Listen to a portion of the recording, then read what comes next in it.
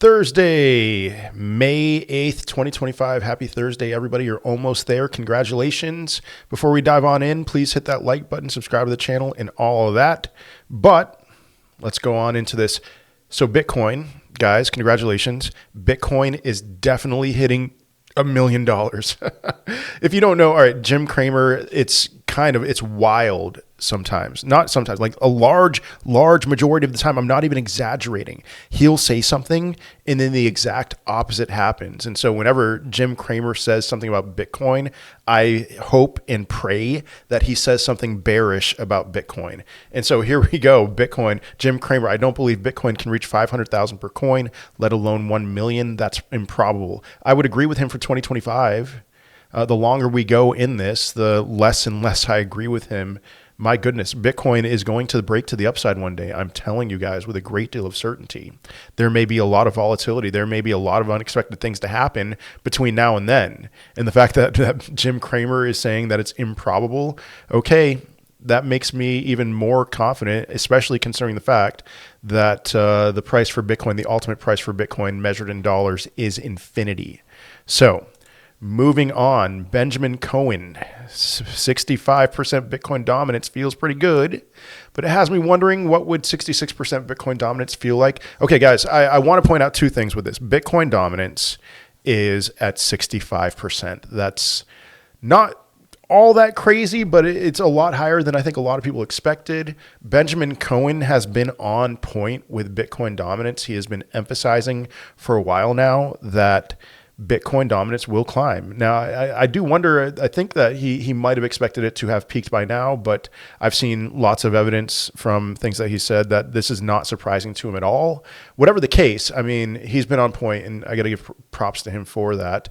What do we say about this? You know, in this environment, in this quantitative tightening environment, which I do believe that Benjamin Cohen would agree with this, we should expect Bitcoin dominance to rise. I think he's even said that before. We should expect Bitcoin dominance to rise.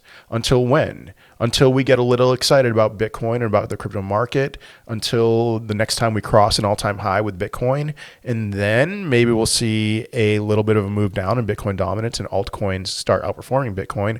But as far as the horizon is concerned, on this side of an all-time high with Bitcoin, we should expect Bitcoin dominance to continue to climb, whatever that would be. And then I actually very much resonate with Willie Woo's comment here. It'll go past 90% as a general trend over the next 15 years. I wouldn't be surprised about that. I wouldn't be surprised at all. We know that a large majority of crypto is just froth, that it's not actually worth what it is. And so what does that mean for Bitcoin? I would say, is there a day in the future when Bitcoin dominance could go past 90%? If you put a gun to my head and forced me to make a decision, I would say yes. I believe that Bitcoin dominance will go over 90% one day. What's that going to look like? That could be post.com crash for crypto at some point, post.com crash, and then we'll see true utility arise with blockchain technology, and then it will be not past 90% ever again, in my opinion.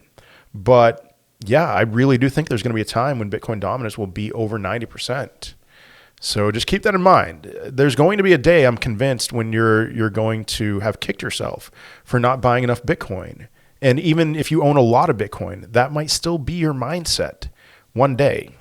Why? Because of things like this. Okay, Bitcoin news. New listed companies will invest about $205 billion in Bitcoin between 2025 and 2029.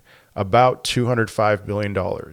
Now, what is this? This is a confusing graph, but it separates these different companies by their cap. Okay, so sensitivity analysis, capital allocated to Bitcoin by small, low growth companies, and good luck reading that chart. But you can see the amount measured, percent of cash allocated to Bitcoin, and adoption rate and all of that. Now, okay, sensitivity analysis, capital allocated to Bitcoin by small to high growth companies, small dash high growth companies, and you can see different percentages there. based off of adoption rate and all of that. And then number 4, capital allocation to Bitcoin by large companies. And there's certainly a smaller percentage for the large companies, but what this leads to is potentially, and I wouldn't be surprised if it was actually much higher than this, $205 billion invested in Bitcoin. Now, I want to be specific about something here. $205 worth of purchases of Bitcoin does not equate to an increase in Bitcoin's market cap by $205 billion. And you have to understand this. Okay, back in 2021, Bank of America did a research paper, did some research on this, and they estimated that for every $93 million worth of Bitcoin that's bought, Bitcoin's price goes up 1%. Now, that was back in 2021, based off of how illiquid the supply was back then. Right now, the supply is a lot more illiquid. It's probably more than $93 million for every 1%. But let's pull out the calculator here, okay? I wasn't planning on doing this, but this is important. So 205 billion there's 205 million, 205 billion, let's just say 93 million divided by 93 million equals what? 2,204%. That's what that would mean. If I'm doing this right, maybe one of you would correct me on this, but all things being equal, let's say that the rest of the market, there's less buying, less buying than selling, or equal amounts of buying than selling. And then if you were to right now purchase $205 billion worth of Bitcoin, that equates to 2,204%. Let's just say Bitcoin's $100,000 and then multiply that by 2,204%. What does that equal? That equals $2.2 million. So that is, again, all right, what's happened with the spot Bitcoin ETFs? They've bought a lot of Bitcoin. So I want to be clear about this. They've bought a lot of Bitcoin, and there's been some distribution going on. So we've seen some long-term holders. What usually happens, Bitcoin crosses its all-time high, and all of a sudden long-term holders start to unwind. So that's why I'm saying, all things being equal, $205 billion worth of buys, I'm telling you guys, based off of 2021 illiquidity, would equal a $2 million Bitcoin. But there's distribution that happens all the time, okay? So it's not going to work out exactly like that, not even close. But that's significant. That's very significant. Bitcoin Quantile model research. So we have from Plan C. To date, no one can deny that Bitcoin's bull run peaks have shown diminishing returns. So will this pattern / channel break, and when? Just want to, this is it's okay. All right. It's interesting. We have certainly a sign of diminishing returns here. And you can see in 2025 so far that we have not yet gotten to the point where we would even be aligning with diminishing returns. And again, I am of the mindset that the peak for the cycle is closer to the 2028 halving than the 2024 halving. And so maybe this would not look like end of 2025 we'd get up into this pink zone, but maybe, 2026, 2027 we'd get up into the pink zone and Bitcoin would be where? I don't know in terms of residuals, but it would get that would be more than a $200,000 Bitcoin right there. So I'm very bullish for Bitcoin on the right timeline. I fear that a lot of people are going to give up on this and call it a scam or something if and when by the end of 2025 we're not quite there yet. But we'll see. Maybe I'm wrong. Maybe the end of 2025 is when all of our wildest dreams come true. I'm holding out for a later date when things will align. I want to see what Jordan Lindsay, I really love this guy. I want to see what he's talking about here. So this pattern of a peak during the hype phase followed by decline through early adoption and facing reality stage consistently repeats across assets until the early majority phase of adoption, I think is what he meant to say, where exponential growth often begins. So Jordan Lindsay, Plan C, myself, we are all of the opinion that at some point this is going to break to the upside. And this is not This is diminishing returns breaking to the upside. This is not lower highs in the price, but diminishing returns breaking the upside. When? Well, I don't know, but we're going to have to wait and see on that. So I wouldn't be surprised if like in the 2030s that happened. Next, we have serious report by Morgan Stanley. Bitcoin has sufficient market cap to be a reserve, but is more volatile than other reserve currencies. Volatility is decreasing, correct. $370 billion allocation to Bitcoin would reflect market cap proportions. Reserve of 12 to 17% of total Bitcoin supply would mirror other currency proportions. So, Morgan Stanley taking this seriously. Now, I will say Morgan Stanley, they've actually been secretly bullish on Bitcoin for a long time. I know in 2021 at one point, they owned 10.9% of MicroStrategy. So 10.9% of MicroStrategy, that is not an insignificant amount. But let's read this. Does Bitcoin belong in global currency reserves? Adding additional Bitcoin to the newly created Strategic Bitcoin Reserve is one of the more controversial components of the Trump administration's legislative agenda. A March executive order directed the U.S. government to create what some officials had referred to as a Fort Knox-like entity to hold the country's Bitcoin, but it has also raised many questions. Does Bitcoin belong among reserve currencies? One day, yes. What metrics might help investors compare Bitcoin with current reserve currencies? How much Bitcoin might be included in global currency reserves, and how might that impact its price? While we expect the reserve to be a topic all year, we take a look at the current market makeup of global currency reserves and examine two important variables in order to evaluate how Bitcoin compares with other foreign exchange reserve components: volatility of reserve currencies versus the US dollar, and the value of reserve currencies M2 money supply. So we don't have that. That's just the cover page here. But one thing I will say about Bitcoin in comparison to other currencies around the world is there is something very significant that stands out about Bitcoin, and that is supply. Now, he does say, ultimately, they suggest Bitcoin is too volatile to play a reserve role now, although there's a paradox here. Volatility is decreasing. See their chart. And the moment its volatility gets low enough to meet their standards, its potential as reserve currency will spike price. That is a paradox. Okay, moving on. So I mentioned this in a video yesterday, or in the video yesterday. The Fed is up to some stuff with QE here. So the Fed bought yesterday $28 billion. I think it was either 23 or $28 billion of 3-year bonds. And today they bought $42 billion of 10-year bonds. That is in the face of a measly $5 billion of tightening, of unwinding their balance sheet. This is the kind of QE that is, we're not doing QE, but we actually are doing QE type stuff. And the fact that they're buying this much already is very interesting to me. Wow. Okay. We're already buying billions upon billions of dollars of bonds. Are you guys nervous? Are you nervous about a lot of the things that people like myself have been warning about for the last few years? I mean, guys, I've been talking about this. I didn't have a channel, but the interest on our national debt is going insane right now. And I've been talking about that, at least with friends, since 2010. I've been saying that the biggest threat to the future of the US dollar is interest on the national debt. And so the fact that they are buying treasuries, and given the scale of, I think, the amount of treasuries that they're going to need to buy, I'm talking multiple trillions, I'm talking tens, maybe 10 trillion, maybe even tens of trillions of dollars.